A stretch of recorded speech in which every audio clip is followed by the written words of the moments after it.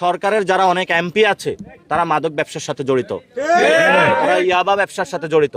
কালকে রাত্রে থেকে আমাদের ডিস্টার্ব করতেছে তারা।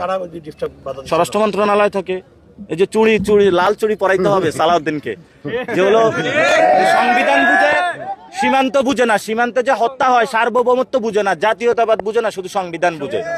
কসবা উপজেলায় এখানে আমরা এসেছি, একজন কলেজ ছাত্রকে রাতের বেলা ভারতীয় খুনি বাহিনী ধরে নিয়ে হত্যা করেছে।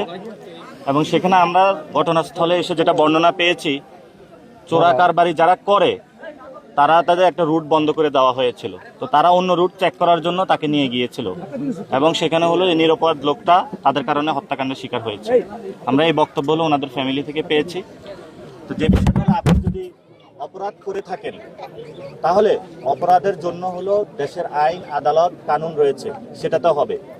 আর যদি আপনি কোনো অপরাধও করে থাকেন, ডিরেক্টলি যদি আপনাকে কেউ খুন করা হয়, তাহলে বোঝা যাচ্ছে বাংলাদেশে কোনো আইন বিচার আদালত এবং ভারতেও কোনো বিচার আদালত বলে কোনো কিছু নাই।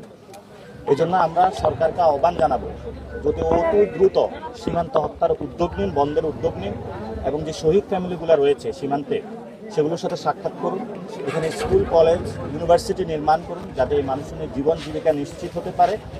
এবং সাথে সাথে যে সীমান্তে যে হত্যাগুলো হয়েছে, এখানে যারা বিভিন্ন ব্যবসার সাথে জড়িত আছে, চোরা কারবারি মাদকের সাথে, তাদেরকে আইনের আওতায় নিয়ে আসার জন্য।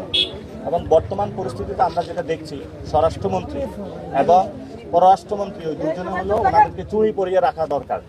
ওনারা কোনো স্টেটমেন্ট নাই, কোনো বক্তব্য নাই, ওনাদের কোনো উদ্যোগ নেই। সরকার নাগরিকদের নিরাপত্তা দিতে পুরোপুরি ব্যর্থ হচ্ছে। সরকার যেমন ঢাকাতে ব্যর্থ হচ্ছে, সকল বিভাগে সীমান্ত নাগরিকদের নিরাপত্তা দিতে ব্যর্থ হচ্ছে। তো এই জন্য সরকারকে আমরা বলবো, আপনি যদি সত্যিকারের জাতীয়তাবাদী হয়ে থাকেন তাহলে আপনি সীমান্ত রক্ষা আপনার প্রধান কর্তব্য। আর যদি আপনি সীমান্ত রক্ষা করতে না পারেন তাহলে আপনি একটা ভুয়া জাতীয়তাবাদী। যারা ভুয়া জাতীয়তাবাদী আছে তাদের হাতে দেশ নিরাপদ নয়। আমাদের যারা সন্তান রয়েছে, যাদেরকে আজকে খুন করা হয়েছে, ওনার বাবা রয়েছে এবং ওনার বাবার থেকে আপনারা বক্তব্য শুনবেন, যে উনি বলবেন যে ওনার সন্তানকে কিভাবে। আপনার সন্তান কি কোনো মাদক টাদকের সাথে জড়িত ছিল? যে উনি বলছে ওনার সন্তান কোনো মাদকের সাথে জড়িত ছিল না। সবাই জিজ্ঞাসা করেন আমার। এবং বিজেপি থেকে যে প্রেস রিলিজ দিয়েছে সেখানেও বাংলাদেশের মানুষকে মাদক কারবারে চলাচলেনি, তারা হলো সেগুলো আখ্যায়িত করেছে। এটা ভারতীয় বয়ান। আমরা বলবো বিজেপিকে ভারতীয় বয়ান থেকে সরে আসার জন্য। আগে যখন ছিল পিলখানা হত্যাকাণ্ডের আগে, তখন হলো বিএসএফ মারা যাইতো, সে বড়াইবাড়ির যে যুদ্ধ হয়েছিল সেটা আমরা জানি। এখন হলো পিলখানা হত্যাকাণ্ডের পরে এই বাহিনীর মেরুদণ্ড ভেঙে দেওয়া হয়েছে। আমরা আশা করব এই বাহিনীকে নতুন করে পুনর্গঠনের জন্য এবং নতুন উপযুক্ত ট্রেনিংয়ের মধ্য দিয়ে সীমান্তকে রক্ষা করার জন্য। আমরা বলেছি যে হলো যদি আমরা সরকার গঠন করি, ইনশাল্লাহ আমরা সীমান্তবর্তী পুরো এলাকা জুড়ে অনেকে রোড বানায়, আমরা হলো এখানে খাল খনন করব, যাতে ওই পার থেকে খন্দকের যুদ্ধের মতন যাতে কেউ ওই পার থেকে এই পারে কোনো মাদক বাংলাদেশে আর না পাঠাতে পারে, কারণ যুব সমাজকে নষ্ট না করতে পারে। এবং সরকারকে বলবো যে আপনি এখানে আইসা মাদক ধ্বংস করুন। ভারতের যে ফ্যাক্টরিগুলো রয়েছে সীমান্তে, তারা প্রচুর মাদকের ফ্যাক্টরি স্থাপন করেছে এবং এগুলোতে অনেক পার্লামেন্টারিয়ান মেম্বারও এই ব্যবসার সাথে জড়িত। সরকার পার্লামেন্টে ঢুকার আগে এগুলার হলো মাদক খেয়ে আসছে না কিনা সেগুলো হলো চেক করানো আগে দরকার, তাহলে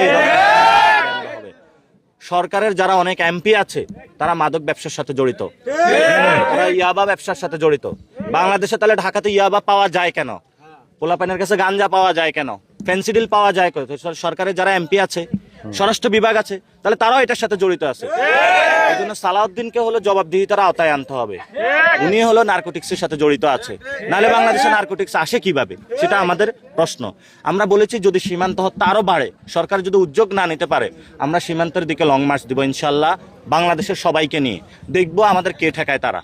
এবং সরকারকে বলবো এর আগে আপনারা উদ্যোগ গ্রহণ করুন, যাতে আপনারা সীমান্ত হত্যা কমিয়ে নিয়ে আসতে পারেন। এবং কয়েকদিন আগে একজন সাংবাদিককে খুন করা হয়েছে। এখানে সাংবাদিকও নিরাপদ না, স্কুল কলেজ ছাত্র নিরাপদ না, কোনো নাগরিক নিরাপদ না, তাহলে বাংলাদেশের মানুষ কোথায় নিরাপদ? এটা সরকারের কাছে প্রশ্ন আমাদের। আমি আজকে আসার পথে অনেক জায়গায় আমাকে বাধা দান করা হয়েছে, আপনি 3 জন যাইতে পারবেন, 4 জন যাইতে পারবেন। আমি তো বাংলাদেশে দাঁড়িয়ে আছি, আমার যেটা ইচ্ছা সেটা আমি ঘুরবো, যেটা ইচ্ছা সেটা আমি যাব।